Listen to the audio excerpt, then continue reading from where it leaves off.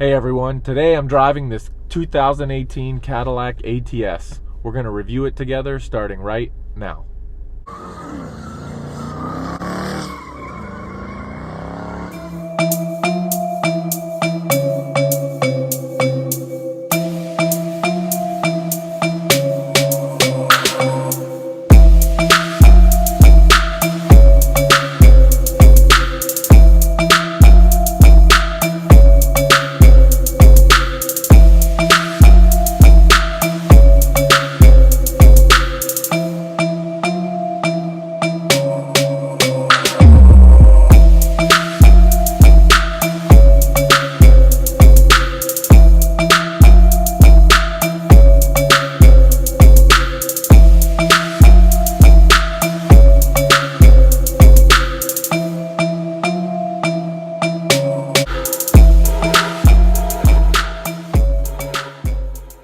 This 2-liter 4-cylinder turbocharged engine has 276 horsepower.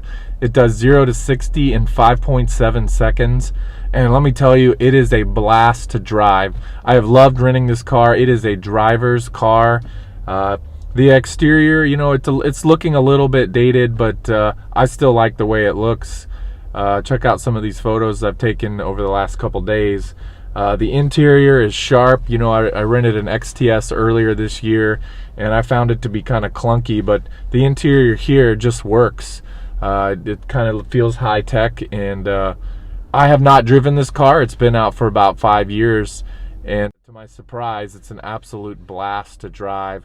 It reminds me a lot of my old BMW 3 Series. I had an E46. It reminds me of my uncle's BMW. I think he had an E30 back in the 80s, and it was one of the first cars that I got to drive when I was old enough to drive, and that had a stick and was just so tossable and fun.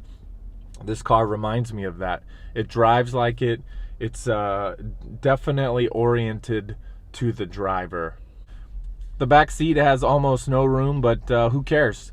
This car isn't designed for somebody who's loading up a family. It's just for the occasional lunch outing, maybe a small kid, or a really short trip. Would you carry 4 adults in this car? It's definitely got enough room for your backpack or briefcase. So the transmission in this car is an 8-speed automatic. It can switch to manual mode, as you can see here. I wish that it had paddle shifters. I found the manual mode to be kind of a little bit clunky. Even though the transmission itself was really smooth, changing the gears just seemed not as fun as the paddle shifters. And this is actually available with a manual, a 6-speed manual, and I would love to drive a 6-speed of this car. It would absolutely be so much fun.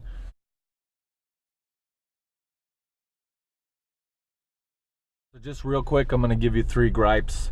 So one is this engine start-stop button. I think it's strangely located and just doesn't pop. The second is the trunk. While I'm fine with it being a small trunk, you absolutely need to have a trunk big enough to put a set of golf clubs. That should be the standard.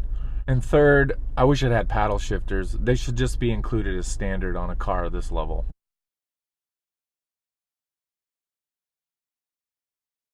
So in terms of competition, this car competes directly with the BMW 3 Series. That is what it was intended and designed for.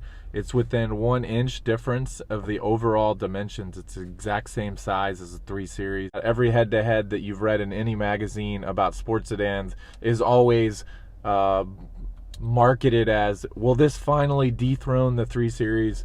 Nothing has ever dethroned it.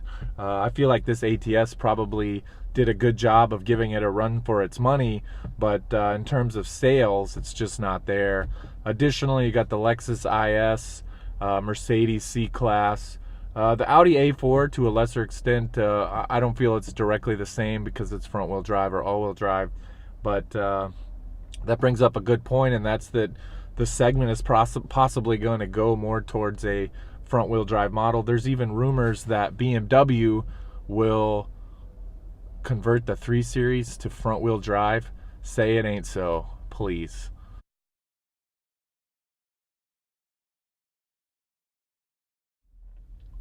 So in conclusion, I'm going to give this Cadillac ATS a 4 out of 5. What's missing from this vehicle is history, pedigree, kind of stories that go with the car that's been around a while. And for that, Cadillac's got to make the commitment to build another one and give it some time to be out there. If you can find a used one, I would definitely pick it up, especially if it has that 6-speed manual. It's so much fun to drive. So my questions to you: would BMW really consider converting the 3 Series to front-wheel drive? What do you think? And is GM gonna cut this ATS from their lineup completely?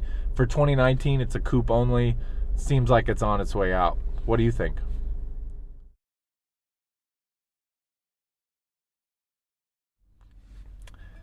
Hey everyone, thanks for watching. If you enjoyed this video, will you click that like button? If you'd like to watch more videos like this one, consider subscribing to my channel, Car Mike. And thanks for watching. And if you have an interesting car or truck that's new or classic, shoot me an email at carmiketravels@gmail.com. I'd love to hear from you and possibly test drive your vehicle. Thanks.